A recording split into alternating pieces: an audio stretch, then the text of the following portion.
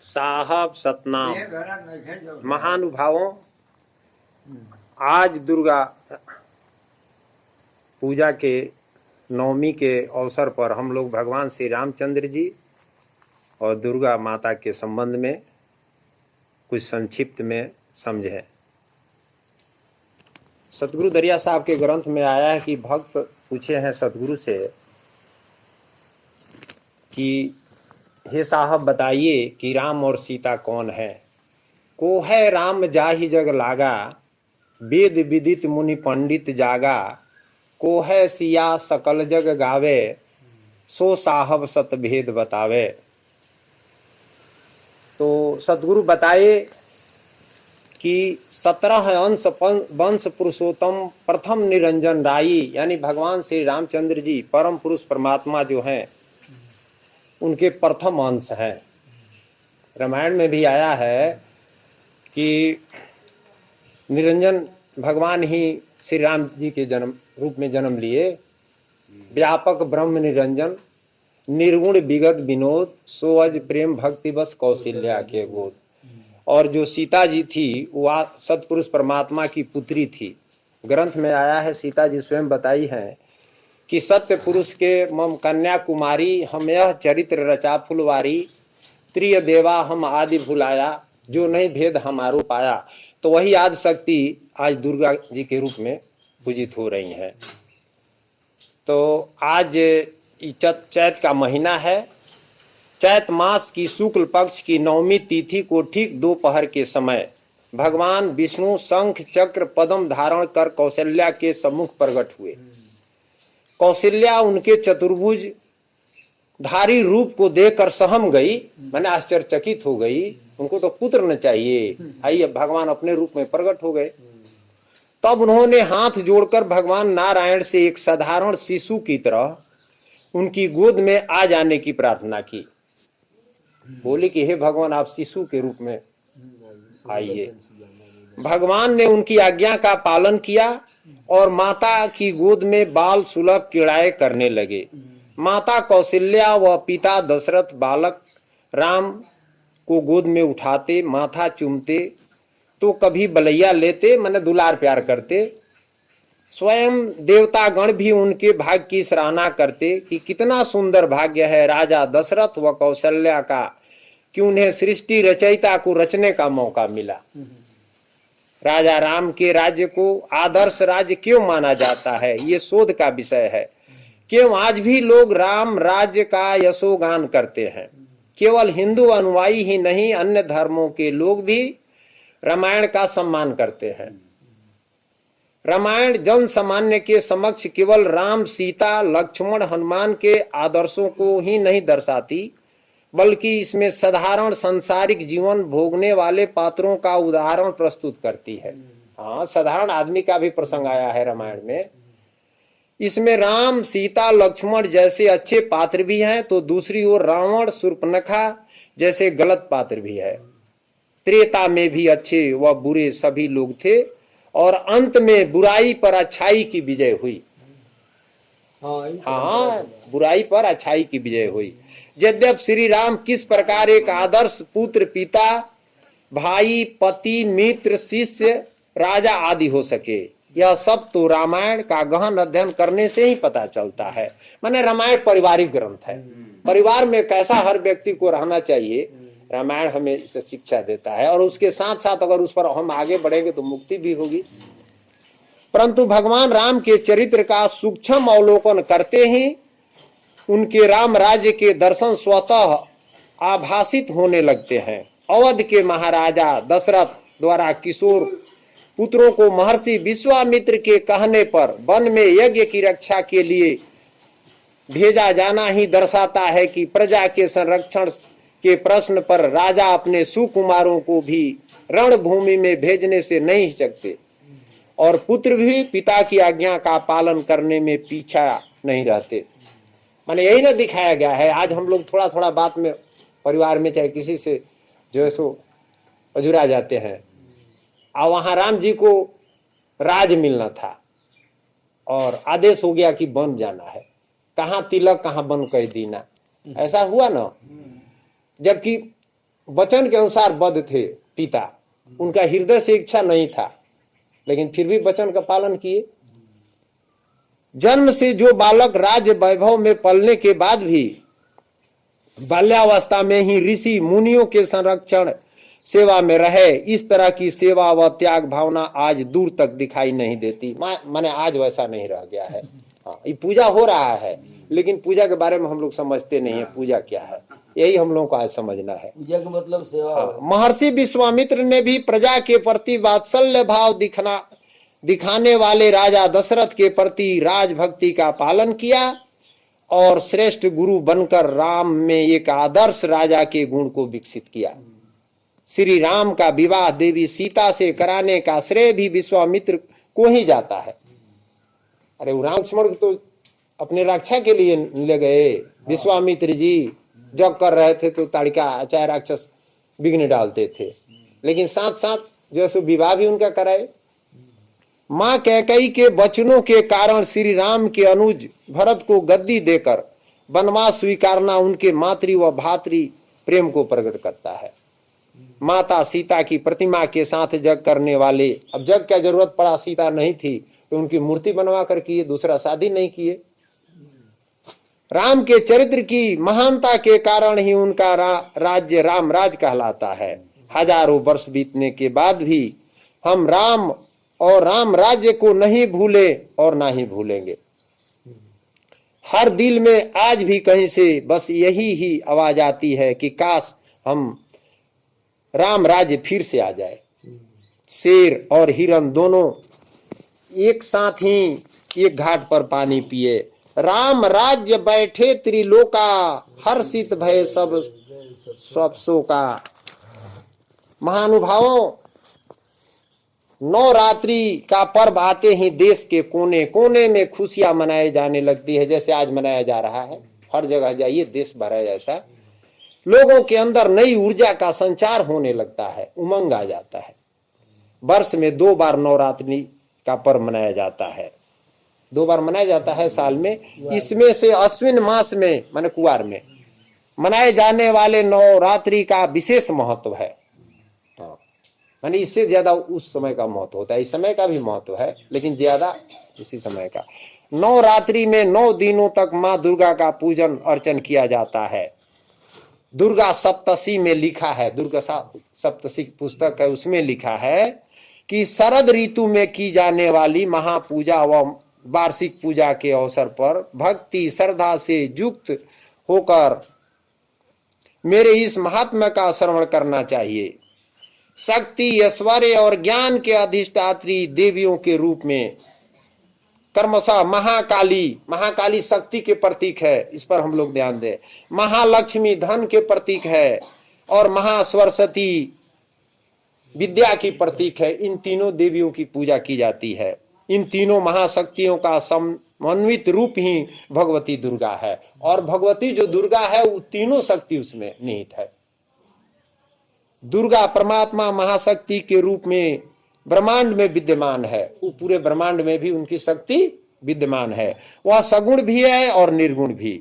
यही माया महामाया है, यही पंच महाशक्ति है, 10 महाविद्या है, यही स्वरूपा है तथा नारायणी, विष्णु, माया और पूर्व ब्रह्म स्वरूपिणी नाम से प्रसिद्ध है। पुराणों में देवी दुर्गा के आविर्भाव की अनेक कथाएं प्रचलित है। यह पर्व शक्ति मर्यादा का पर्व है, इस शक्ति ताकत का मर्यादा का पर्व है। इससे पूर्व नवरात्रि साधना की शक्ति की आराधना के रूप में की जाती है। नवरात्रि की कथा के अनुसार मां भगवती ने महिषासुर व शुंभ विशुंभ आदि दैत्यों का संहार किया था। महिषासुर व शुंभ विशुंभ ने शक्ति की उपासना की थी, परंतु देवासुर संग्राम में उनकी पराजय हुई, वह देवता विजयी रहे। नवरात्रि और विजयादशमी मूल भूत रूप से शक्ति व साधना के पर्व है। ये पर्व क्या है? शक्ति और साधना की। इससे शक्ति बढ़ता है और इससे परमात्मा की प्राप्ति भी होती है। जो साधक साधना करते हैं ना तो परमात्मा भी मिलते हैं। विजयादशमी के शास्त्रीय स्वरूप के अनुसार अश्विन शुक्ल दशमी को तारकोदय के समय विजय नामक मुहूर्त होता है। जो कि संपूर्ण कार्यों में सिद्धिप्रद होता है। यानी जो भी आप करना चाहे उसको आप सिद्धि देता है, क्योंकि भगवान श्री रामचंद्र जी ने श्रवण से युक्त पूर्ण तिथि अर्थात 10वीं को रावण विजय हेतु प्रस्थान किया था। उस दिन सब मनुष्यों को प्रगति के लिए सीमा का उल्लंघन करना चाहिए। इन अनुष्ठान की विधि कई स्थानों पर विभिन्न रूपों में की जाती है, परंतु नवरात्रि में अष्टमी अथवा नवमी को कन्या पूजन अवश्य होता है। जो कन्याएं अबोध व निर्विकार है वे आदि शक्ति का ही स्वरूप मानकर पूजी जाती है। कन्या पूजन होता है हम लोग के यहाँ। दुर्गा पूजा पूरे भारत में अलग अलग तरीके से मनाया जाता है और पूरे देश में मनाया जाता है। इसका नियम तरीका अलग है, इसको आज हम लोग विस्तार से समझेंगे। सबका अपना अपना महात्मा है। नवरात्रि की समाप्ति के बाद अगले सुबह दशहरा मनाया जाता है। इस दिन रावण का पुतला जलाया जाता है। यह माना जाता है कि इसी दिन रावण का वध श्री रामचंद्र जी के हाथों हुआ था। दुर्गा सप्तशी के दूसरे अध्याय में देवी के स्वरूप का विस्तृत वर्णन मिलता है। असुरों से तंग आए देवताओं ने जब ब्रह्मा जी से सुना कि दैत्यराज महिषासुर को श्राप मिला है कि उसकी मृत्यु किसी कुंवारी कन्या के हाथों होगी, तब सब देवताओं ने अपने सम्मिलित पुंजभूत तेज से देवी को दुर्गा माँ के रूप में प्रकट किया। माने ये दुर्गा माँ किसी के गर्भ से नहीं जन्म ली है, देवताओं के तेज पुंज से प्रकट हुई है। भगवान शंकर के तेज से उस देवी का मुख प्रकट हुआ, जमराज के तेज से मस्तक के केस, विष्णु के तेज से भुजाएं, चंद्रमा के तेज से स्तन, इंद्र के तेज से कमर, वरुण के तेज से जंघा, पृथ्वी के तेज से नितंब, ब्रह्मा के तेज से चरण, सूर्य के तेज से उंगलियां, प्रजापति के तेज से सारे दांत, अग्नि के तेज से दोनों नेत्र, संध्या के तेज से भौहें, वायु के तेज से कान, अन्य देवताओं के तेज से देवी के भिन्न भिन्न अंग बने। मैंने सब देवी का रूप जो बना देवताओं के शक्ति से। शिव जी ने उस महाशक्ति को अपना त्रिशूल प्रदान किया। जो त्रिशूल है ना दुर्गा माँ के पास, वो शिव जी का दिया हुआ है। लक्ष्मी माँ ने कमल का फूल दिया, कमल का फूल हम देखते हैं, वो लक्ष्मी माँ दी। विष्णु ने चक्र, विष्णु भगवान अपना चक्र दिए, चक्र भी उसमें है, सब शक्ति लेकर है। अग्नि ने शक्ति व बाणों से भरे तरकस, जमराज ने दंड, काल ने तलवार, विश्वकर्मा ने निर्मल फरसा, प्रजापति ने स्फटिक मणियों की माला, वरुण ने दिव्य शंख, हनुमान जी ने गदा, शेषनाग ने मणियों से सुशोभित नाग, इंद्र ने वज्र, भगवान ने धनुष, वरुण देव ने पाश व तीर, ब्रह्मा जी ने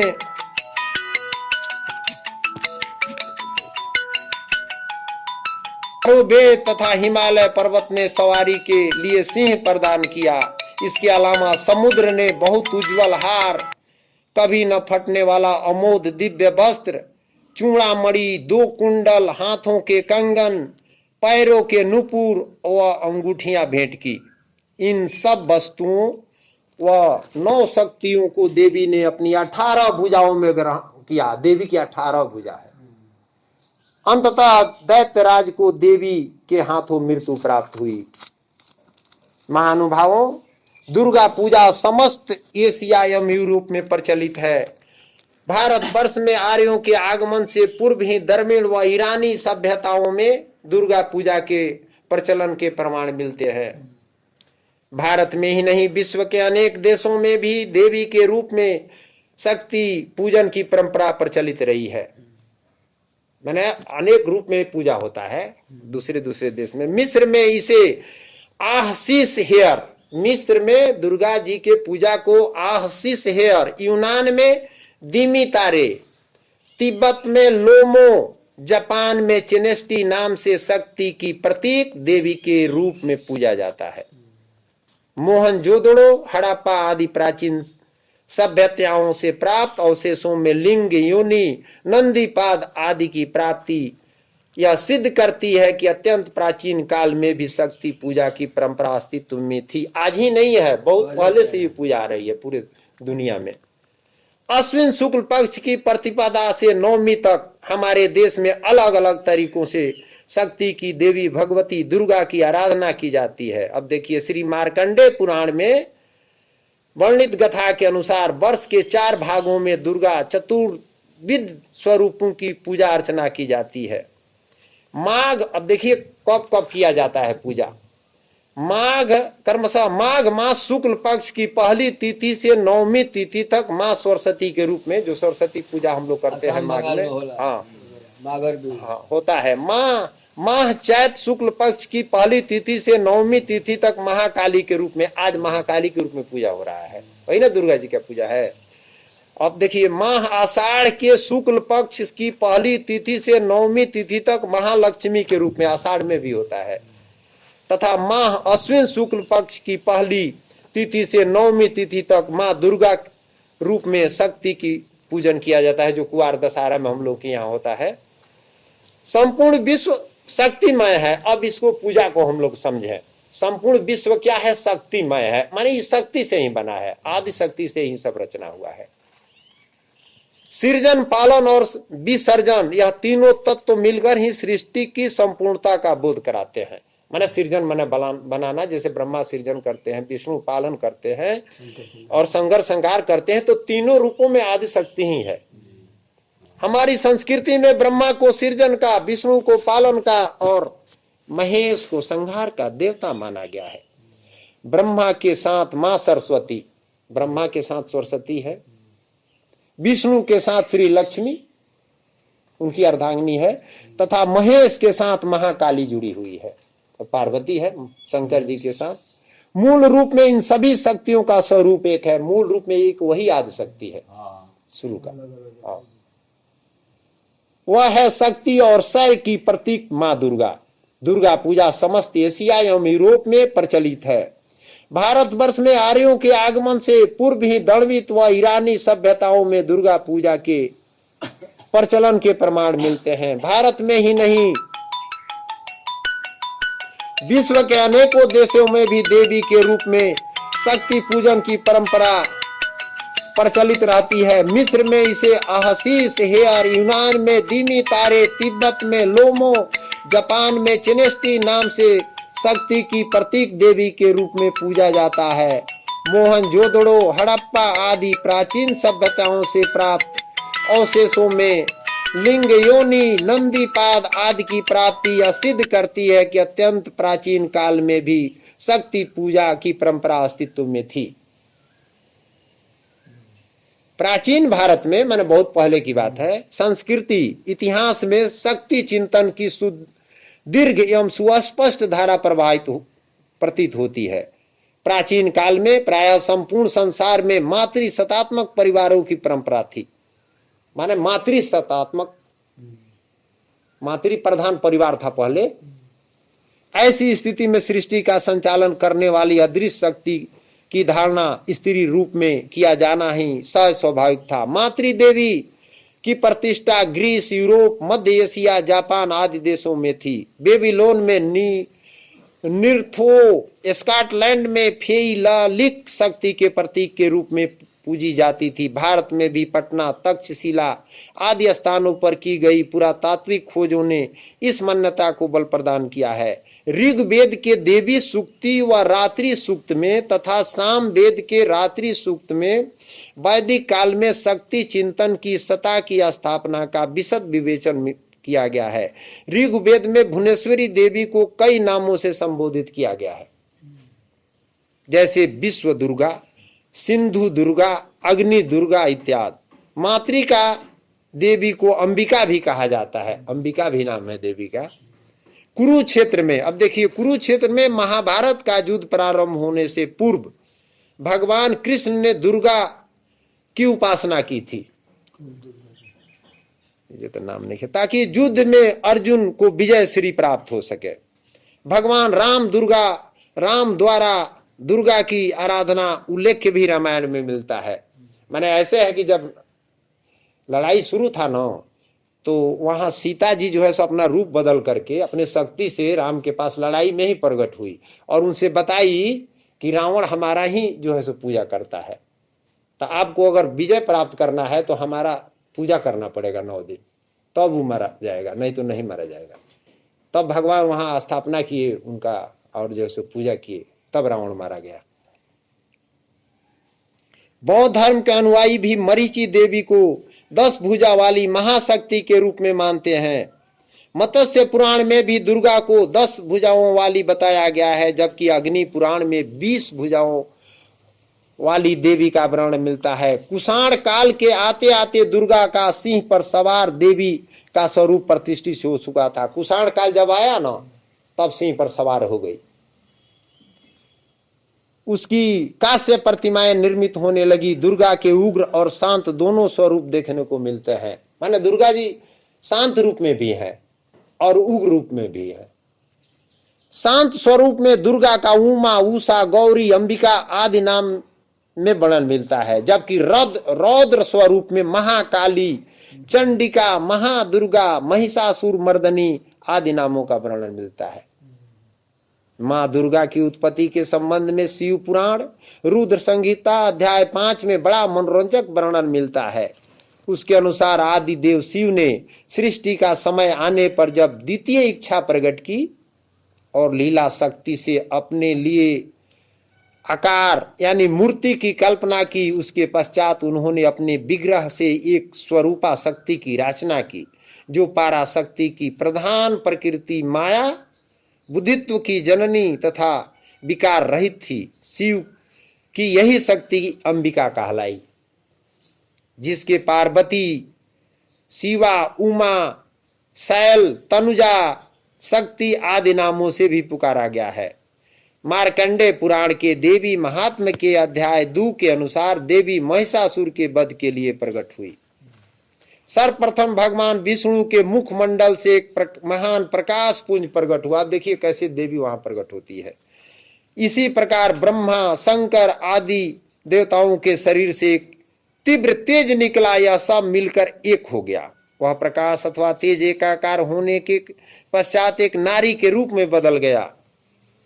शिव के तेज से उस देवी का मुख, जमराज के तेज से बाल, विष्णु के तेज से भुजाएं, चंद्रमा के तेज से दोनों वक्ष, इंद्र के तेज से कटी प्रदेश, वरुण के तेज से जंघाएं, पृथ्वी के तेज से नितंब, ब्रह्मा के तेज से दोनों चरण, सूर्य के तेज से अंगुलियां, कुबेर के तेज से नासिका, प्रजापति के तेज से दांत, अग्नि के तेज से 3 नेत्र और वायु के तेज से कान उत्पन्न हुए। यह आदि देवी शिव की ही शक्ति है, जो सिंहवासिनी के रूप में अनेक रूप धारणी है। यह अपने तीनों गुणों सात्विक, राजसिक और तामसिक के आधार पर मां सरस्वती, महालक्ष्मी और महाकाली के रूप में विख्यात है। और मां सरस्वती सात्विक है, महालक्ष्मी रजोगुणी है और महाकाली तामसिक है, मार खून पीती है, मारकाट करती है, यही ना है। दुर्गा पूजन की पद्धति का स्पष्ट वर्णन, अब देखिए स्पष्ट वर्णन कब से मिलता है। दुर्गा पूजा की पद्धति का स्पष्ट वर्णन 11वीं शताब्दी में मिलता है। बंग नरेश हरिदेव वर्मा के एक मंत्री बंग देव भट्ट ने अपनी पूर्ववर्ती जीकन बालक नामक व्यक्तियों का उल्लेख करते हुए दुर्गा पूजा की पद्धति को लिपिबद्ध किया। इसके पश्चात 14वीं शताब्दी में श्री वाचस्पति मित्र ने दुर्गा पूजा का विशद वर्णन किया। बंगाली पंडित रघुनंदन ने काफी प्रयासों के पश्चात दुर्गा पूजा की जो पद्धति तैयार की वह बहुत लोकप्रिय हुई। 16वीं शताब्दी में राजा कंस नारायण यह बहुत बड़े दुर्गा उपासक हुए। उन्होंने अपने राजपुरोहित रमेश शास्त्री के सहयोग से दुर्गा पूजा का अत्यंत विराट व भव्य आयोजन किया। बंगाल के राजशाही प्रांत के तहिरपुर नगर में आयोजित इस भव्य समारोह में राजा कंस नारायण ने लगभग 8.5 लाख रुपये खर्च किए। उस समय 8.5 लाख रुपया बताइए कितना हुआ है? इसके बाद बंगाल के हिंदुओं में दुर्गा पूजा एक अनिवार्य उत्सव बन गया। तभी सबसे बढ़िया पूजा बंगाल में होता है। हाँ वही बेरा उसी समय से हुआ। हाँ, देवी स्तुति के धार्मिक पर्व उत्सवों का क्रम वैसे तो गणेश चतुर्थी से ही प्रारंभ हो जाती है, किंतु दुर्गा उत्सव की छठा तो कुछ निराली ही होती है। स्वच्छ आकाश, हल्दी गुलाबी सर्दी का मौसम और दुर्गा स्तुति के ताल में थिरकते पैर व झूमता शरीर रात का स्वरूप ही बदल देते हैं। नींद में अलसाने के बदले दुर्गा उत्सव की रातें छलकते उल्लास की महा उत्सव में रातें हो जाती है। शास्त्र सम्मत विधि विधान के अनुसार देवी की पूजा बसंत ऋतु में होती है, किंतु राम ने रावण पर विजय प्राप्त करने हेतु देवी दुर्गा की पूजा अर्चना की और शरद ऋतु में उनकी पूजा करने हेतु असमय उनका आह्वान किया था। इसीलिए इस पूजा को अकाल बोधन के नाम से जाना जाता है। अब देखिए, बसंत ऋतु में दुर्गा जी की पूजा होती है, लेकिन राम जो थे ना, लड़ाई लग गया शरद ऋतु में, उसी समय आह्वान कर दिए, इसलिए अकाल बोध की पूजा कहलाता है। माघर बिहू कहले तो न बंगलिया। आज शक्ति जगत जननी की महिमा अनंत है। हम महिमा हम लोग समझे, ये तो उनका विस्तार न हुआ, विस्तार भी जानना चाहिए और किसी काम को हम पूरा जाने। आदि शक्ति जगत जननी की महिमा अनंत है, पर ब्रह्म परमात्मा की अद्या शक्ति जगदम्बा ही ब्रह्मा विष्णु और महेश की जननी है। माने ब्रह्मा विष्णु महेश जिससे प्रकट हुए वही आदि शक्ति थी। सरस्वती लक्ष्मी और उमा भी जगदम्बा की त्रिगुणात्मक शक्ति के अंश हैं। भगवती ओंकार रूप होकर भी अनिर्वाचनीय, अव्यक्त और अनुचरित है। सभी देवता और दानवों के लिए वे चिन्मयी परम शक्ति जगदम्बा ही आराधना करने योग्य है। तीनों लोकों में भगवती से बढ़कर अन्य कोई नहीं है। मैंने तीन लोक में सब वही है, सब उन्हीं का मैंने किया है, सृष्टि विकास वही करती है। वेद और शास्त्रों का भी यही सच्चा निर्णय है कि निर्गुण अथवा सगुण रूपा चिन्मयी पाराशक्ति ही पूजनीय है। जब धरती पर पाप बढ़ता है, दानवों का अत्याचार चरम सीमा पर पहुंच जाता है, जगत जननी विविध रूप धारण कर अवतरित होती है, दानवों का संहार करती है, संतों भक्तों और देवों की रक्षा करती है तथा धर्म की स्थापना करती है। अपने अवतार धारण करने का कारण भगवती ने स्वयं ही बताया है। जगदम्बा असुरों का संहार करने हेतु काली, दुर्गा, अंबिका, चंडी, चामुंडा आदि विविध रूपों को धारण कर अवतरित हुई है। ऋग वेद, देवी भागवत, मार्कंडेय एवं कलिका पुराण आदि धर्म ग्रंथ में भगवती की महिमा का विशद वर्णन मिलता है। अनेकों धर्म ग्रंथ में उनकी महिमा का वर्णन है। भगवती की विविध रूपों में उपासना की जाती है। भारत में भगवती को 9 दुर्गा के रूप में पूजा की जाती है। प्रतिपदा को शैल पुत्री के रूप में, अब देखिए हम लोग 9 दिन पूजा करते हैं ना, तो एकम को शैल पुत्री के रूप में, द्वितीय को ब्रह्मचारिणी के रूप में, तृतीय को चंद्र घंटा के रूप में, चतुर्थी को कुष्मांडा के रूप में, पंचमी को स्कंद माता के रूप में, षष्ठी को कात्यायनी के रूप में, सप्तमी को कालरात्रि के रूप में, अष्टमी को महागौरी के रूप में और नवमी को सिद्धदात्री के रूप में भगवती दुर्गा की पूजा होती है। दुर्गा सप्तशी के अनुसार महर्षि मेघा ने राजा सूरथ और समाधि नामक वैश्य को भगवती के प्रकाट्य और प्रभाव का वर्णन कर उन्हें भगवती की उपासना करने का उपदेश दिया। दोनों की कठिन उपासना से भगवती ने प्रकट होकर सूरथ को राज्य प्राप्ति का, माने सूरथ राज मांगे तो उनको देवी राज्य प्राप्ति का वरदान दी और समाधि को मुक्ति हेतु ज्ञान प्राप्ति का वरदान देकर कृतार्थ किया। और समाधि जो थे ना, उनको मुक्ति चाहिए, राज नहीं थे, तो उनको जो है सो कही कि आप संत के शरण में जाइए, आपको मुक्ति मिलेगा। माने जो मांगेगा वही ना मिलेगा।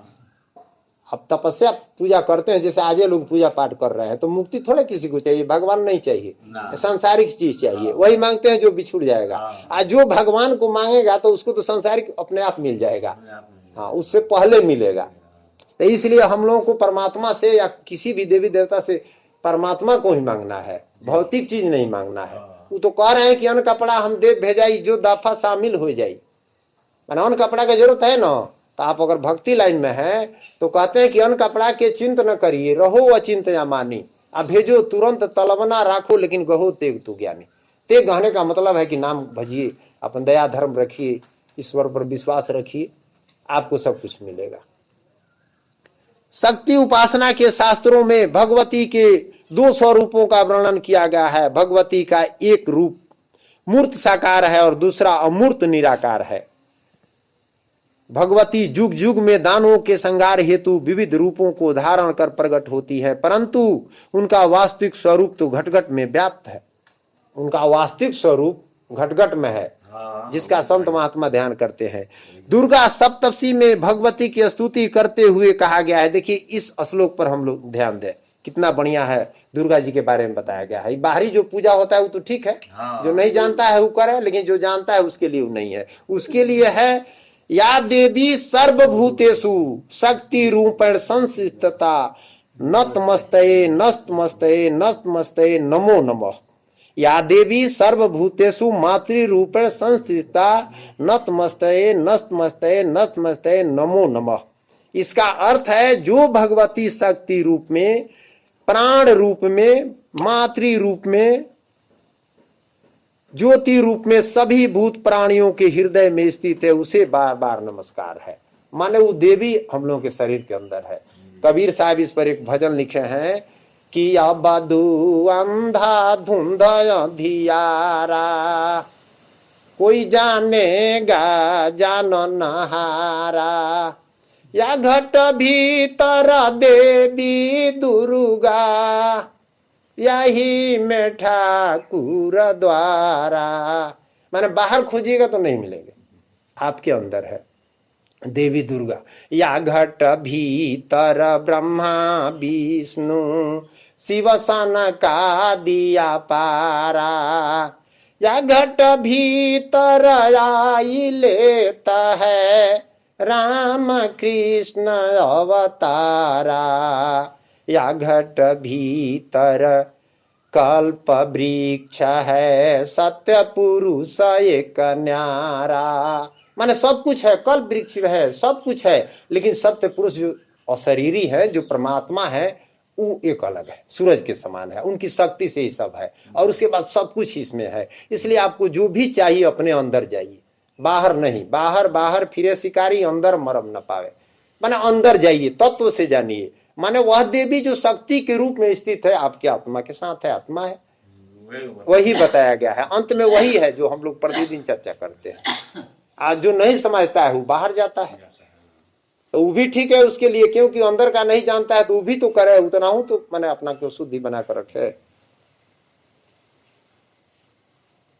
ब्रह्मा जी ने भगवती जगदम्बा की स्तुति करते हुए कहा है, हे देवी तुम ही स्वाहा, तुम ही स्वधा और तुम ही वसटकार हो, तुम ही स्वरों की आत्मा हो, तुम ही सुधा अक्षर और नित्य रूप हो। ओंकार में आकार, उकार और मकार रूप से, त्रिमात्रा रूप से तुम ही स्थित हो, जिसका विशेष रूप से उच्चारण नहीं किया जाता। उस नित्य अर्धमात्रा रूप में भी तुम ही स्थित हो।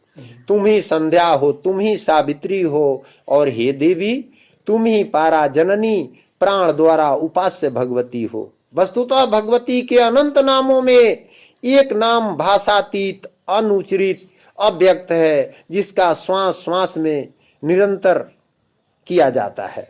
भगवती का वही पारा नाम मुक्तिदायिनी है। भगवती का अविनाशी रूप मन, बुद्धि तथा इंद्रियों से परे है, जिसे बाह्य चक्षुओं द्वारा देखा नहीं जा सकता। ज्ञान चक्षु द्वारा ही भगवती के परम स्वरूप का, प्रकाश स्वरूप का दर्शन एवं साक्षात्कार करना संभव है। भगवती ही सर्व सुख, समृद्धि और मुक्ति प्रदान करने वाली अद्या शक्ति है। उपासकों को मनोवांछित फल प्रदान करने वाली देवी है। राजा सूरथ ने भगवती से राज्य मांगा, उसे राज्य मिला, मुक्ति नहीं। हाँ, राज्य मांगे तो राज्य न मिलेगा, जो मांगेंगे वही न मिलेगा। इसलिए महान सोचो, महान बनो और अपने को पहचानो। हाँ, वह चीज मांगिए जो रह है। संसार का सारा चीज मांग लीजिएगा तो वो चला जाएगा, वो तो मिलवे करेगा। बस यही हम लोग को समझ में नहीं आता है। ये चीज चाहिए, वो चीज चाहिए, तो लोग तपस्या करते हैं, मांगते हैं, मिलेगा, फिर चला जाएगा। वो तो जो आएगा आएगा, उसी वक्त से जाना शुरू कर देगा। समाधि नामक वैश्य ने मुक्ति की याचना की। भगवती ने मुक्ति के लिए ज्ञान प्राप्ति का उसे वरदान दिया, उसे ज्ञान मिला। भगवती के वास्तविक स्वरूप का ध्यान कर समाधि ने मुक्ति प्राप्त की। भगवती की निष्काम भाव से विधिवत पूजा कर मनोवांछित फलों की प्राप्ति होती है, परंतु मुक्ति और सद्गति प्राप्ति के लिए ज्ञान की नितांत आवश्यकता है। भगवती जगदम्बा के परम प्रकाश स्वरूप एवं अव्यक्त पूरा नाम को अध्यात्म तत्व ज्ञानी सदगुरु द्वारा विधिवत जानना चाहिए। अब देखिए, जब मुक्ति चाहिए तो सदगुरु के पास जाना पड़ेगा। जैसे भगवान गीता में बताया ना अर्जुन से 14 अध्याय के 34वें श्लोक में कि तुम मुझे जानने के लिए किसी तत्वदर्शी गुरु के पास जाओ। उसी तरह से इसमें भी बताया गया है कि अगर भगवती को जानना है, राम सीता को जानना है, तो तत्वदर्शी गुरु के पास जाइए। भगवती के अमूर्त रूप उस परम ज्योति का सतत ध्यान और अव्यक्त का पूरा नाम निरंतर स्मरण करने से ही मुक्ति और सद्गति की प्राप्त होती है। यही भगवती की उपासना का परम लक्ष्य है। सतनाम।